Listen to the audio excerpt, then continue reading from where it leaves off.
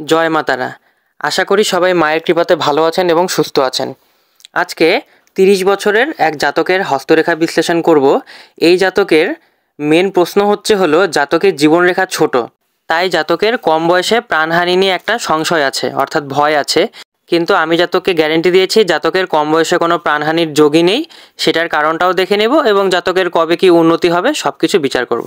লাল কালি দিয়ে মার্ক করে দেখালাম, এটা হচ্ছিল জীবনরেখা। এবার দেখুন জীবনরেখাটি কিন্তু একদমই ছোট, এবং আমি যদি একটা বয়স ক্যালকুলেশন করি তবে দেখা যাবে 35 বছর। অর্থাৎ জাতকের মতে 35-এর পরে যেহেতু জীবনরেখার কোনো অস্তিত্ব নেই, তাই 35 বছরের পরে জাতকের প্রাণহানি হতে পারে, এটাই জাতকের মনের একটা ভয়। কিন্তু আমি এখন এখানে লাল কালি দিয়ে মার্ক করে দেখাচ্ছি, আপনারা ভালো মতন লক্ষ্য করবেন জাতকের এই যে এখান থেকে কিন্তু আবার জীবনরেখাটি শুরু হয়েছে, অর্থাৎ জীবনরেখা ভাঙ্গা। তাই যাদের হাতে ভাঙ্গা জীবনরেখা আছে তাই বলে এই না যে খুব তাড়াতাড়ি তাদের প্রাণহানি হবে অথবা খারাপ কিছু ঘটবে। এবার ভাঙ্গা জীবন রেখাটির ক্ষেত্রে যেখান থেকে জীবনরেখাটি শুরু হয়েছে, আমি যদি বয়স ক্যালকুলেশন করি হলুদ কালি দিয়ে যে মার্ক করেছি সেটা হচ্ছিল 30 বছর। অর্থাৎ 30 থেকে 35 বছরের মধ্যে জাতকের জীবনে বড় পরিবর্তন হবে এবং সেই পরিবর্তনটা খুব ভালো হবে, অর্থাৎ পজিটিভলি পরিবর্তনটা ঘটবে। সেটা কেন ঘটবে সেইটারও আমি এখানে কারণটি ব্যাখ্যা করছি, আপনারা ভালো মতন লক্ষ্য করবেন। আমি এখানে এবার হলুদ কালি দিয়ে মার্ক করছি জীবনরেখাটি ভাঙ্গা হওয়ার পর যেখান থেকে শুরু হচ্ছে, ভালো মতন লক্ষ্য করুন। আমি এখানে হলুদ কালি দিয়ে দেখালাম। এইবার আপনারা একবার ভেবে দেখুন জীবনরেখাটি যদি ভাঙ্গা না হতো, অর্থাৎ নীল কালি দিয়ে যে মার্ক করলাম এইভাবেই তবে জীবনরেখাটির গঠন হতো, এবং এইভাবে গঠন হলে কিন্তু শুক্র এবং মঙ্গল পর্বত জায়গা কম পেত। কিন্তু হলুদ কালি দিয়ে যে মার্ক করলাম জীবনরেখাটি, এটার জন্য কিন্তু শুক্র এবং মঙ্গল পর্বত কিন্তু বেশি জায়গা পেয়েছে।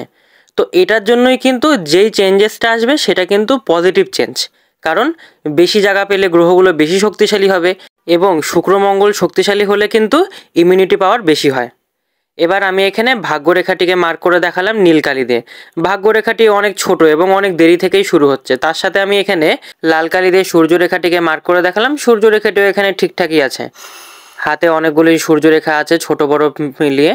এবার যেহেতু ভাগ্যরেখা ছোট, অর্থাৎ অনেক দেরি থেকে শুরু হচ্ছে, তাই জাতকের ফিনান্সিয়াল স্টেবিলিটি কিন্তু অনেক দেরি থেকে হবে, এবং জাতকের বর্তমানে ইনকাম কিন্তু অনেক, কিন্তু একটুকু টাকা কিন্তু জাতক নিজের কাছে রাখতে পারে না। তার প্রধান কারণ হলো ভাগ্যরেখার কোনো সাপোর্টই নাই।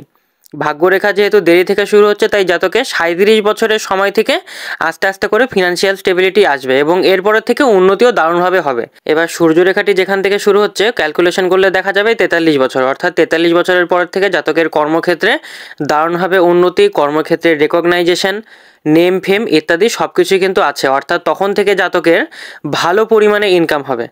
এবার জাতকের আরেকটি প্রশ্ন ছিল, সেটা হচ্ছিল ঘরবাড়ি হবে কিনা, এবং যদিও হয় তবে সেটা কবে হবে।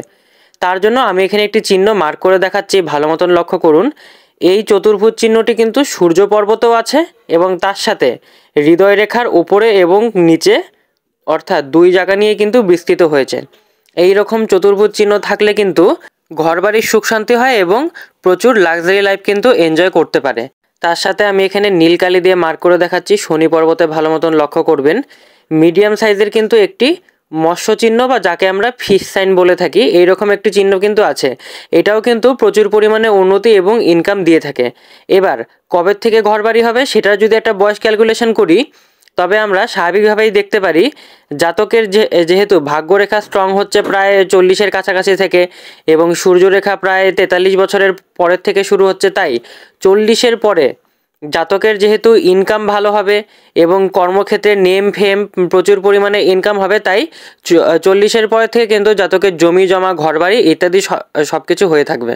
তবে জাতকের যেহেতু ভাগ্যরেখার সাপোর্ট নেই, তাই এটার জন্য জাতকের বর্তমানে ইনকাম কিন্তু প্রচুর, কিন্তু একটিও টাকা কিন্তু জাতক রাখতে পারছে না, কারণ নানান কারণে নানান সমস্যাতে কিন্তু জাতকের সমস্ত টাকা পয়সা কিন্তু বেরিয়ে যাচ্ছে। কিন্তু ভাগ্যরেখার সাপোর্ট চলে আসলে কিন্তু জাতক ঠিকই উন্নতি করতে পারবে, এবং এখন থেকে আরও ভালো উন্নতি কিন্তু জাতকের আগামীতে রয়েছে। তবে স্বাভাবিকভাবে বোঝাই গেল যে জাতকের জীবনরেখা ছোট জন্য যেহেতু প্রাণহানি নিয়ে সংশয় ছিল, তো প্রাণহানির সংশয় এরকম কিছুই কিন্তু নেই।